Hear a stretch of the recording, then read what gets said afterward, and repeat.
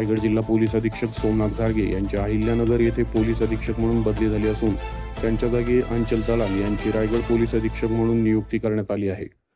दलाल यांनी यापूर्वी सातारा येथे अप्पर पोलीस अधीक्षक म्हणून काम केले आहे, तर त्या पुणे येथे समादेशक राज्य राखीव पोलीस बल गट क्रमांक 1 मध्ये कार्यरत होत्या।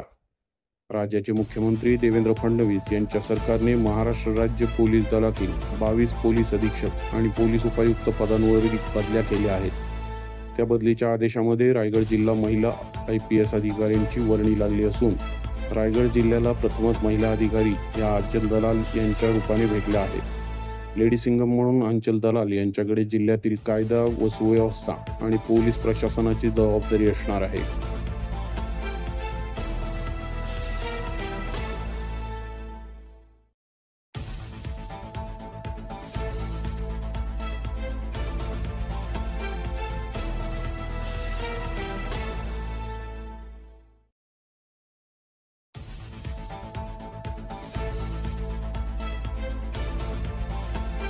महाराष्ट्रातील सर्व जिल्ह्यातील ताज्या घडामोडी जाणून घेण्यासाठी नवराज्य चॅनलला सबस्क्राईब करा आणि दाबा बेल आयकॉन।